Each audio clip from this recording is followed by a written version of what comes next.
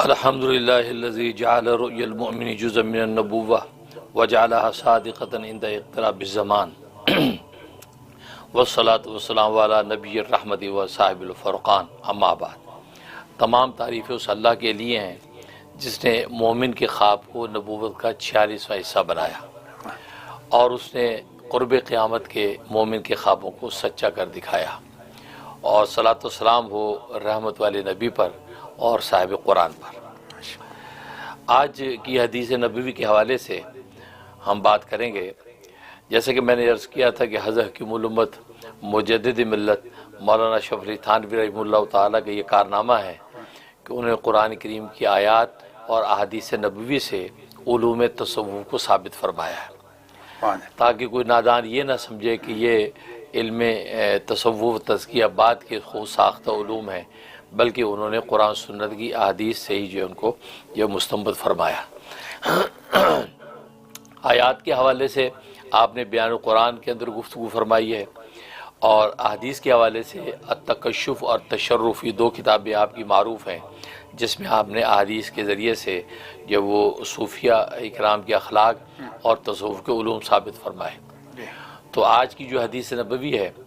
وہ اس حوالے سے ہے کہ صوفیہ اکرام کے جو اخلاق ہیں اس کے اندر کون سا ایک ایسا خلق ہے جو اس حدیث نبوی سے ثابت ہوتا ہے۔ جی، تو حدیث میں فرمایا کہ تم اللہ تبارک و تعالیٰ کو قرب حاصل کرو اہل معاصی سے نفرت کر کے، سبحان اللہ۔ اور جب ان سے ملاقات کرو تو ترشرو چہرے کے ساتھ ملو تاکہ اللہ تم سے راضی ہو۔ یہ حدیث ہے۔ ظاہر ہے کہ اس حدیث کے اندر جو بات واضح کی گئی ہے کہ اہل معاصی سے نفرت کرو تاکہ اللہ تمہیں اپنا قریب کرے، بلکہ ایک روایت میں الفاظ ہیں کہ تم اہل معاصی کو دور رکھو تاکہ اللہ تمہارے قریب ہو جائے، اور تم ان کو ناراض کرو اہل معاصی کو تاکہ اللہ تم سے راضی ہو۔ یہ حدیث ہے۔ اب اس حدیث کو عملی طور پہ کیسے یہ وجود میں لانا ہے، تو صوفیہ کرام کا کہنا یہ ہے کہ یہاں اصلاح اور تحفظ کی نیت ہونی چاہیے،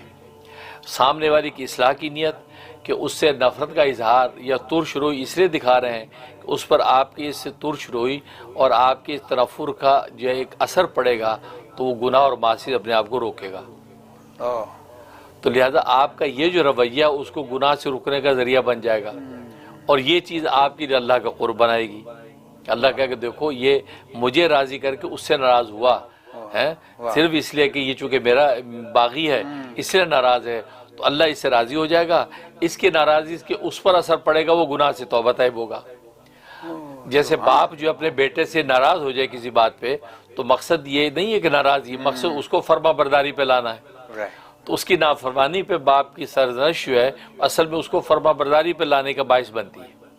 اس لیے فرمایا کہ صوفیہ بھی یہی کرتے ہیں کہ وہ جو ناراضگی کا اظہار کرتے ہیں اپنے مرید سے یا متوسل سے یا کسی غیر سے اس معصیت کی وجہ سے، تو اس سے کیا ہوتا ہے کہ وہ اس کی اصلاح ہوتی ہے، ان کو اللہ تبارک و تعالیٰ کی خوشنودی ملتی ہے۔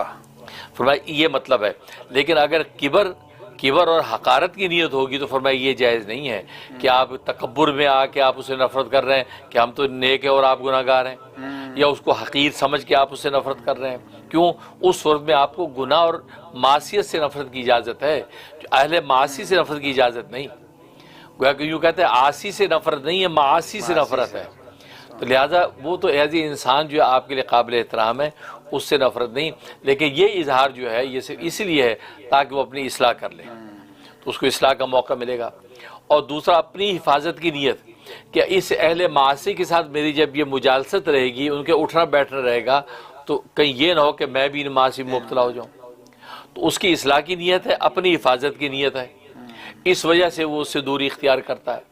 تو میں یہ جو اخلاق جو صوفیہ اکرام کے ہیں کہ صوفیہ اکرام اگر کسی سے جو ہے وہ ترش رو اختیار فرماتے ہیں تو اس کی بنیاد اصل میں یہ حدیث ہے کہ ایسے ترش رو اس لیے کر رہے ہیں تاکہ جو ہے وہ دوسرا آدمی اپنی اصلاح کرے، ان کی حفاظت ہو جائے اور اللہ تبارک و تعالیٰ اس کو اپنا قرب نصیب فرما دے۔ یہ ہے۔ اچھا حضرت معاصی کی ذرا وضاحت فرما دی کہ یہ نہیں، اس سے کیا مراد ہے؟ معاصی مراد معصیت گناہ، معصیت کی جمع ہے۔ اچھا تو جمع اس کا گناہ، کسی بھی قسم کے گناہ میں کوئی مبتلا ہے، کوئی شرابی ہے، کوئی کبابی ہے، کوئی دوسرے زانی ہے، اب اس کے ساتھ یہ ترشو اختیار سے اس لیے کرتے ہیں تاکہ اس کی وجہ سے اس کو موقع ملے یہ اپنی اصلاح کرنے کا، یا دیکھو فلاں بزرگ مجھ سے ناراض ہوئے، اس کا مطلب یار مجھے اب گناہ سے ہٹنا چاہیے۔ بلکہ اس پہ بڑی دلچسپ بات بیچ میں یاد آ گئی، امام اعظم ابو حنیفہ رحمۃ اللہ علیہ اور ان کے شاگردوں کا آپس میں ایک اختلاف ہوتا ہے مسئلے پہ، اور جو ہدایہ رابع میں غالباً یہ مسئلہ لکھا ہوا ہے۔ وہ مسئلہ ہے کہ کچھ لوگ تاش کھیل رہے ہیں، تاش کھیلنا گناہ ہے، اب آپ پاس سے گزریں تو تاش کھیلنے والوں کو سلام کرنا چاہیے کہ نہیں کرنا چاہیے، یہ سوال اٹھتا ہے۔ تو صاحبین یہ کہتے ہیں جو ان کے شاگرد امام ابو یوسف امام محمد رحمہ اللہ تعالیٰ فرماتے ہیں کہ نہیں کرنا چاہیے، سلام نہیں کرنا چاہیے، اور ناراضگی سے پاس سے گزر جائیں تاکہ ان پر اس کی ناراضگی کا اثر پڑے اور وہ ان کو یہ تنبہ ہو کہ یار واقعی ہم گناہ کر رہے ہیں، دیکھو سلام نہیں کیا فلاں صاحب نے، تو اثر پڑے گا، تو گناہ سے بچیں۔ یہ والی حدیث جو آپ کے سامنے ہے،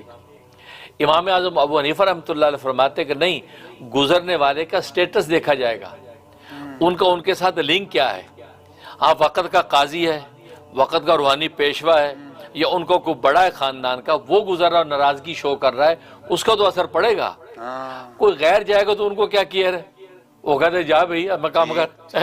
تو وہ قاضی بتا اگر ناراض ہو کے گیا تو وہ سوچیں گے یار قاضی صاحب نے سلام نہیں کیا، لگتا بھائی ناراض ہے وہ۔